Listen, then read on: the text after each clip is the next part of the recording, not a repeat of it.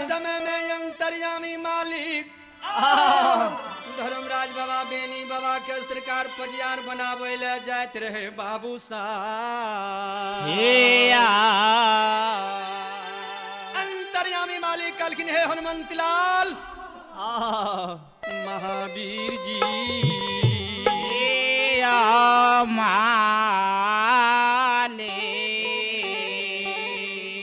आय हम बेनी के पजियार बनैबै बेनी के पजियार बनेबै। धर्मराज बाबा सरकार बेनी बाबा के कारण पजियार बनाबै ले माता गंगा के तट पर चल गेला ये। धर्मराज बाबा सरकार वे माता गंगा के तट पर जाके माया के विस्तार क्या दिलखिन। ये यो माया के रचना रचैया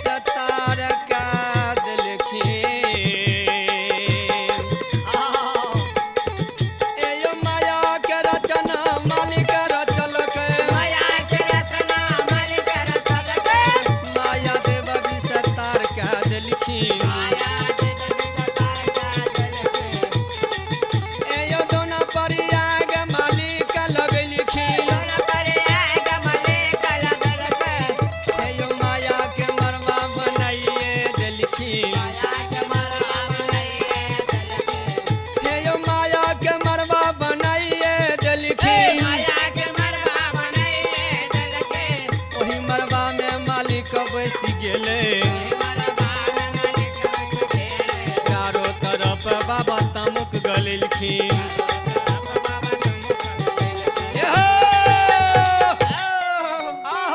सरकार मालिक अंतर्यामी माले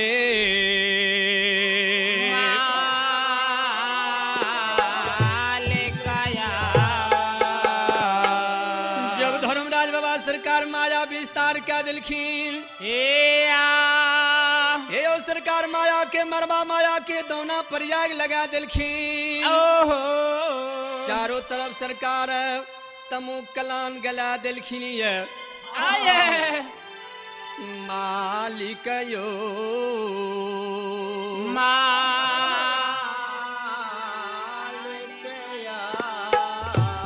चारों तरफ सरकार तमु कलान गला दिलखिन।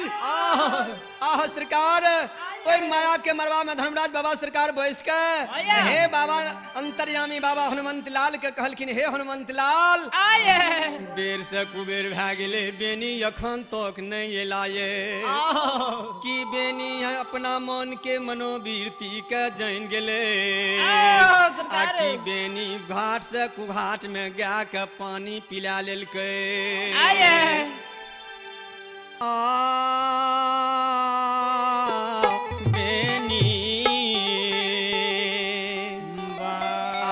सरकार ए हनुमंत लाल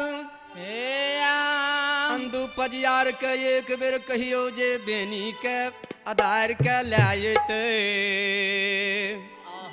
आह सरकार बाबा हनुमंत लाल सरकार धर्मराज बाबा के बाणी का सुन का दौड़ का गला बाबा यंदू के पास। हे यंदू पजियार अहाँ का कहलक या धर्मराज बाबा जे एक बेर अहाँ का 64 वन जंगल जाले बेनी अदू बंसी का आधार कला आवे के वास्ते सरकार बाबा अंदू कहलखिन गुस्से बाबा हमरा से ई बात नहीं है,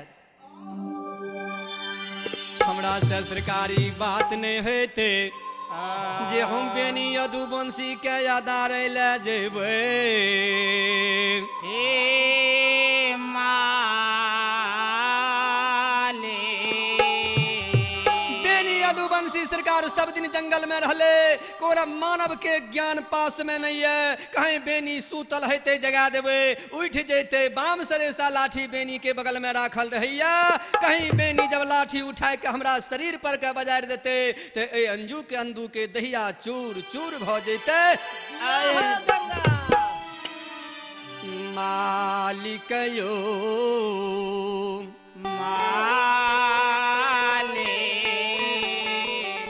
अंदू बाबा के नजदीक से महावीर जी घूर के एलखिन। धर्मराज बाबा के मालिक कहे हे धर्मराज बाबा अंदू पजियार सरकार नहीं जाते है, अंदू पजियार नहीं जाते है बेनी का बजावे ले सरकार। धर्मराज बाबा कहलखिन महावीर जी अंदू पजियार नहीं जाती आपने से चल जेबे।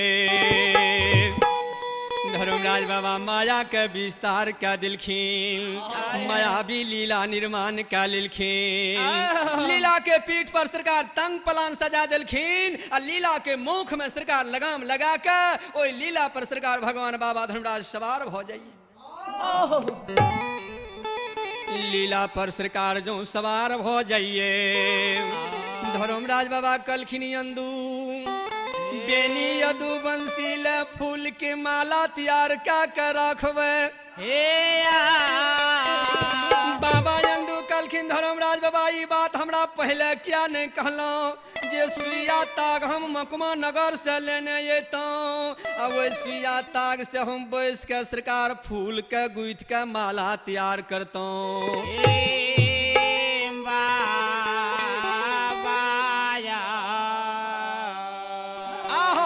सरकार दिया है गंगा दिया। धर्मराज बाबा कलखिन हमरे सुइया ताग के माला ने ए अंदू धर्म के नाम वहां लेने जेबे, फूल में फूल सटेने जेबे। फूल के माला जब तैयार नहीं होवे तो हमर नाम बाबू कालिदास ने। सरकार भूख लाग जा धर्म के नाम ला लेवे, ए मिट्टी के धर्म के नाम से लड्डू बनेबे साचुक लड्डू बन जा। भोजन वो मिठाई के क्या ले, प्यास लागत गंगा निर्मल जल पी लेवे। आह सरकार कह के धर्मराज बाबा सरकार की कलखिन लीला के सरकार इशारा दे छे, लीला ही कार मार के सरकार उड़ जाय छे। आओ सरकार धर्मराज बाबा सवार छे, धर्मराज बाबा के लीला ही कार मारने सरकार 64 वन जंगल जा रहा है। आत उड़ा ले यो आये उड़ा ले यो ये उड़ा ले यो ये यो जा धर्मराज बाबा।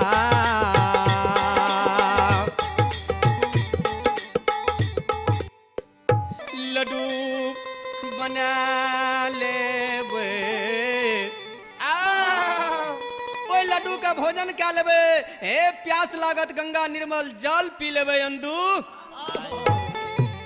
धर्मराज बाबा लीला पर सरकार सवार हो गेला ये, लीला के उड़ा दिलखिन, लीला ही कार मारने जा रहा ये। सरकार हे अंतर्यामी मालिक बाबा धर्मराज के लीला सरकार ही कार मारना बाबा बेनी के खोजे के वास्ते जा रहा है। बाबा बेनी के खोजे ले धर्मराज बाबा लीला के इशारा देने जा रहे, उड़ने जा रहे, लीला ही कार मारने जा रही है। आते उड़ा ले यो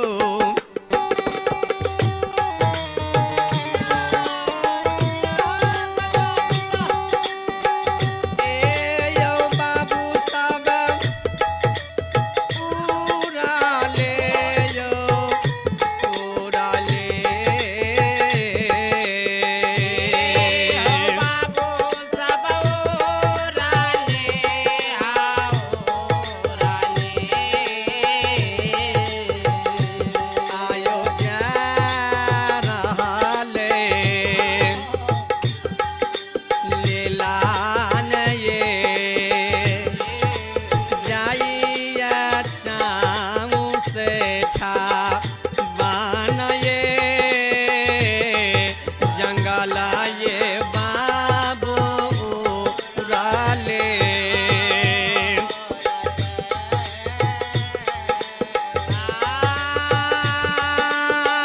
जाओ सरकार आय महारानी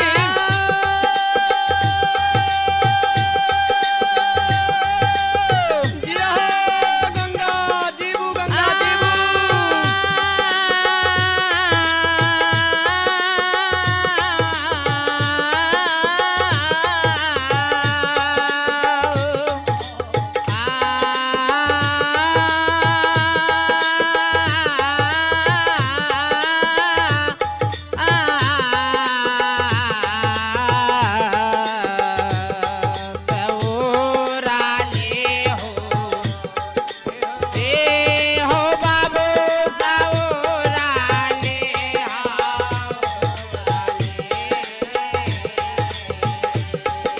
माता बहिना सब ओराले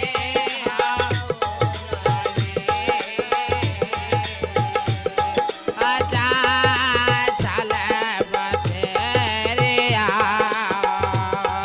आजा जीबू बुढ़ा बाबा जीबू सदा पाना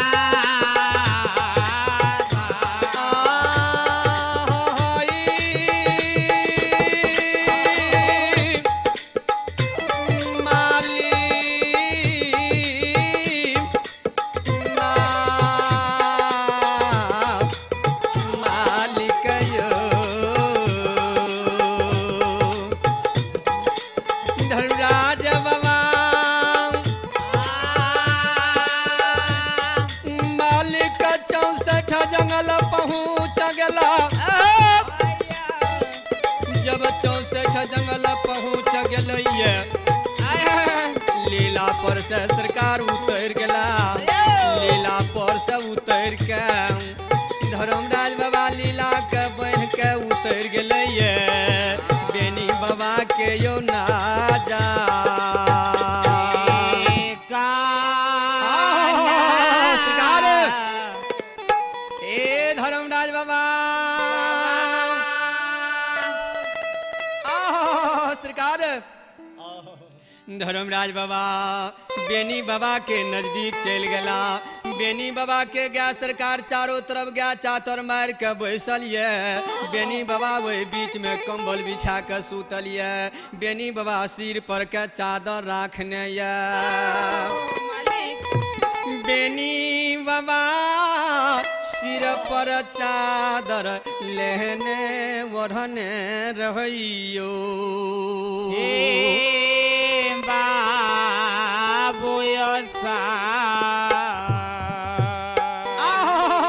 सरकार अंतर्यामी मालिक कलखिन हनुमंत लाल बेनी का देखियो तना चारों तरफ से गया चादर मार के बैसलिया ओई बीच में बेनी का देखियो कनात कंबल बिछा चादर ओढ़ के सुतलिया एक बेर हनुमंत लाल हमरा बेनी के शरीर पर से चादर का अहाँ उड़िया दियो जे हम बेनी के शरीर के देखबे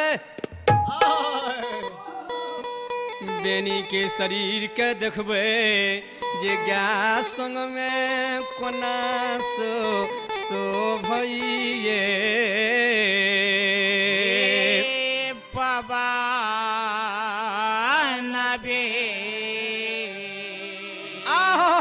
सरकार हे देख ले हम बेनी कोना सो भैया बाबा हनुमंत लाल सरकार की केलखिन माया विस्तार कर दिलखिन अब पछिया बिहार बहा दिलखिन अब बेनी बाबा के शरीर पर से सरकार चादर के उड़िया दिलखिन बेनी बाबा के शरीर पर से बाबा हनुमंत लाल चादर के उड़िया दिलखिन जब चादर उड़िया गलैया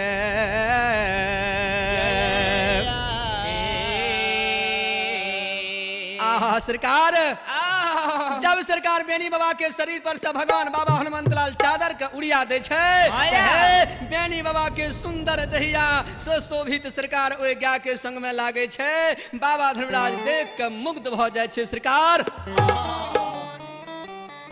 अंतर्यामी मालिक कलखिन हनुमंत लाल आता काऊ ने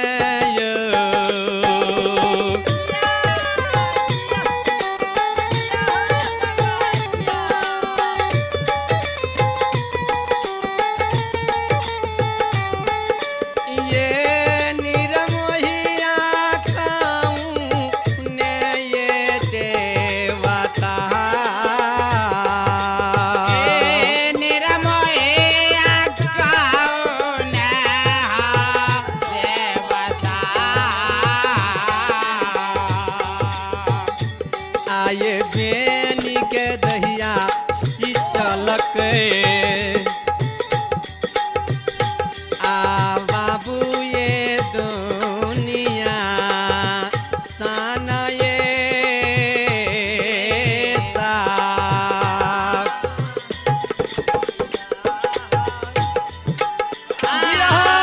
जीबू ये गंगा जीबू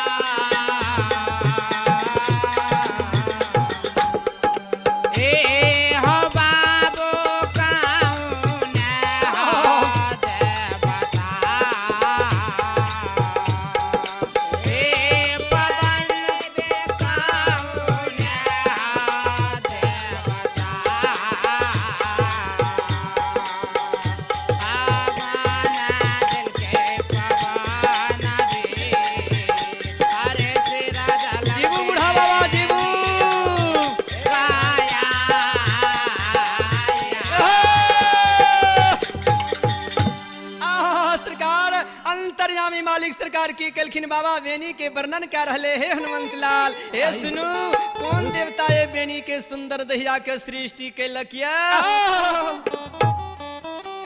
बेनी के दहिया राजकुमार समान लागे बेहनी के लीलार लागई भदैया बेल समान यो पहुँचा लागे घीचल पुनार समान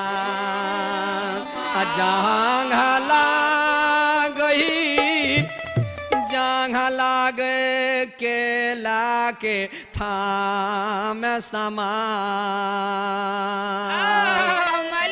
सरकार बेनी के पीठ लागई अधोबी के पाठ समान और बेनी के छाती लागई कुम्हार के चाक समान हनुमंत लाल एक बेर बेनी कहाँ जगा दियो बाबा हनुमंत लाल कल के सरकार ई हमरा से नहीं भाव सकैया जे बेनी के हम जगा देवे बाबा धर्मराज कलखिन एहन बात किया हनुमंत लाल बाज गेलिए बाबा धर्मराज कलखिन महावीर जी ए गुस्सा बाबा हे यो माई के दूध बेनी यो छोड़ल कई हे यो गैया के दूध बाबा बेनी पियल सब दिन बाबा जंगल में रहल गाय के दूध बाबू बेनी पियलक दूध पी के यो शरीर पोसलिए कोना बेनी के यो हमें जगैबै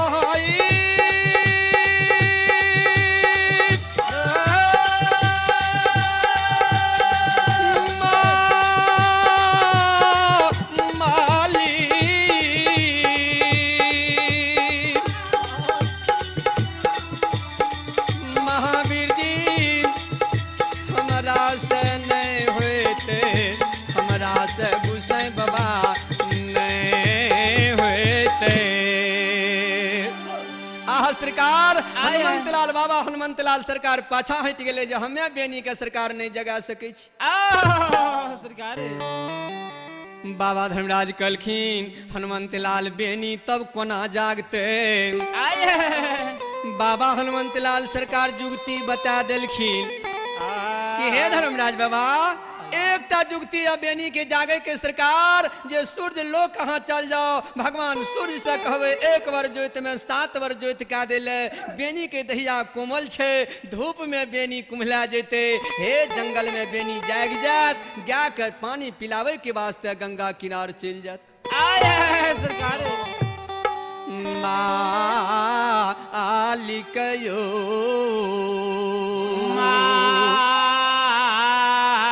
मालिकया ए बाबूसा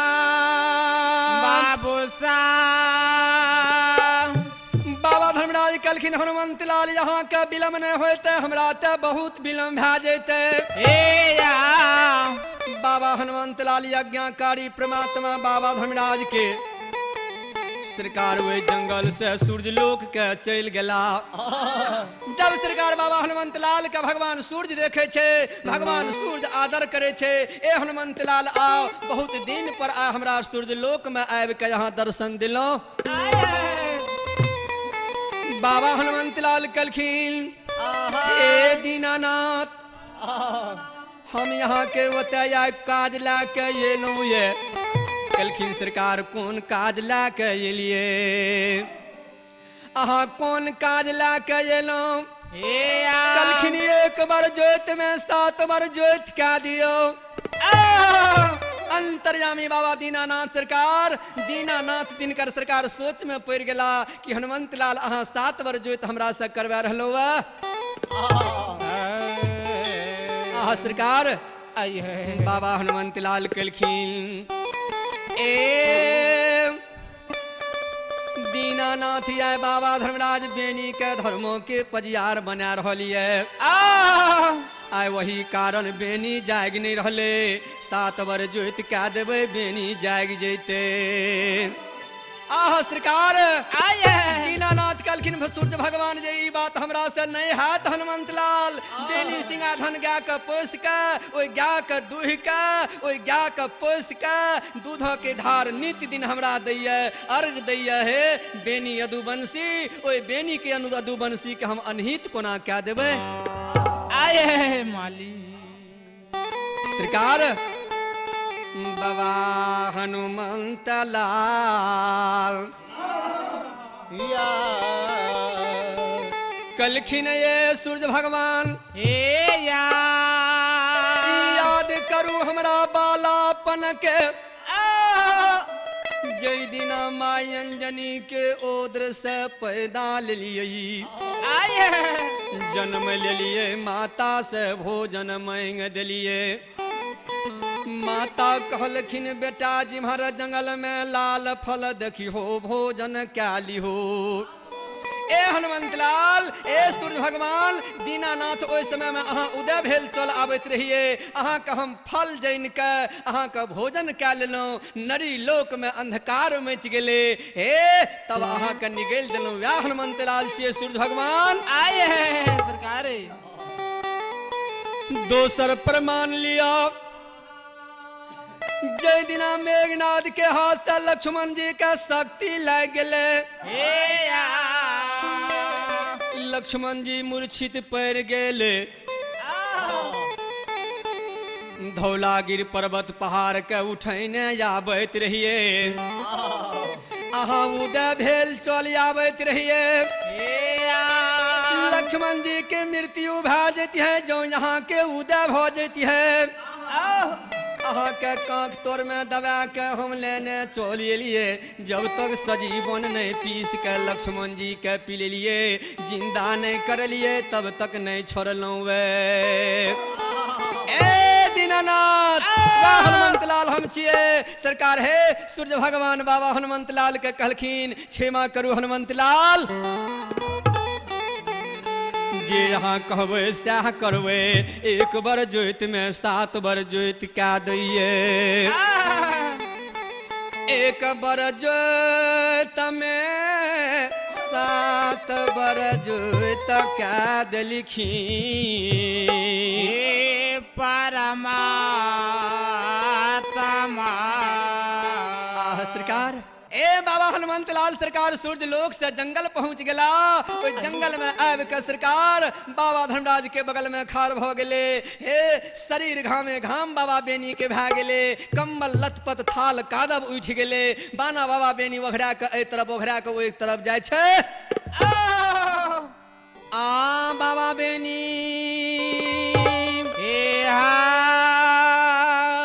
सरकार थाल में लथपथ भए गेले, नहीं जागल मालिक। धर्मराज बाबा कहलखिन महावीर जी कोना जागत ये। अंतर्यामी मालिक धर्मराज बाबा सरकार माया विस्तार का दिलखिन ये। माया विस्तार का दिलखिन। सरकार मयूरनी के निर्माण क्या का धर्मराज बाबा सरकार वही ज्ञा के बीच में दोनों का सरकार लगा दिल के। जब मयूरनी नाच पसार दे छे सरकार। जो मयूरनी सरकार नाच पसार दिए। बेनी बाबा के ज्ञा भरे गेले ये। भरे के बेनी बाबा के ज्ञा सिलार मारे छे। बेनी बाबा के ज्ञा सरकार जंगल में सिलार मार के भागे छे जंगल में। आइए धर्मराज बाबा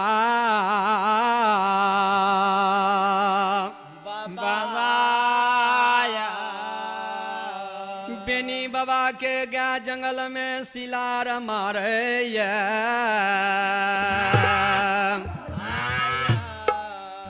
बाबा हनुमंत लाल सरकार वो ज्ञा कहाँ कहना कहने माता गंगा के किनार जा रहा ये। माता गंगा किनार में जा माया विस्तार क्या के।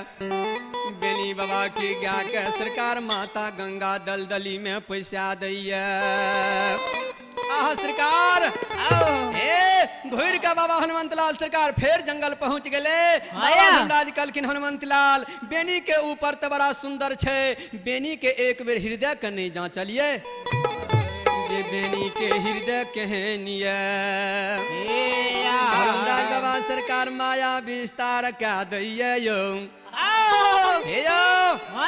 बेनी बाबा जे सुतल रहे कंबल पर सोना चांदी के ढेरी लगा दिए। बेनी बाबा के गाजे सरकार वो जंगल में वो माता गंगा में जंगल से जाके हनुमंत लाल जे वो दलदली में का फंसा दिल के। बाबा बेनी के बाबा के गा सरकार कैन कैन के सिलार मारे। बाबा बेनी के गाय सिलार मार रहले। बाबा बेनी वही गा के आवाज सुन के जंगल में जाग गेले। जब सरकार बाबा बेनी वही कंबल पर सोना और चांदी के ढेरी देखे छे सरकार। बाबा बेनी के नैन से आंसू जाए। बाबा बेनी जंगल में कान छे। माँ जगदम्बा मायई कहियो नहीं एहन रीत देखलिए।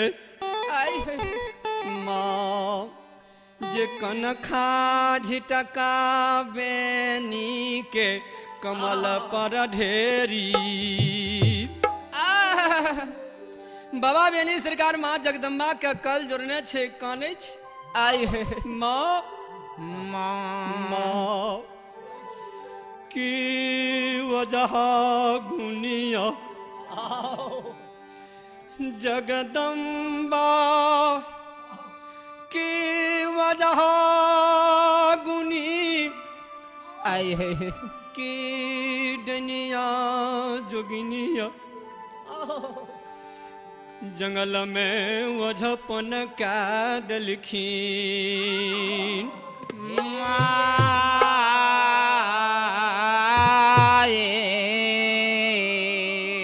सरकार बाबा बेनी के नैन से आंसू जा रहा। बाबा बेनी कहल के माता एहन रीत आय बेनी के प्रति भा गेल। ओए कंबल के सरकार बीच कंबल के पकड़ बेनी बाबा सोना चांदी के जंगल में झरा दिल के आह सरकार धर्मराज बाबा कलखिन हनुमंत लाल जहने बेनी के अंदर आत्मा वहीने सुंदर दहिया छे बेनी बाबा आता काना ले ये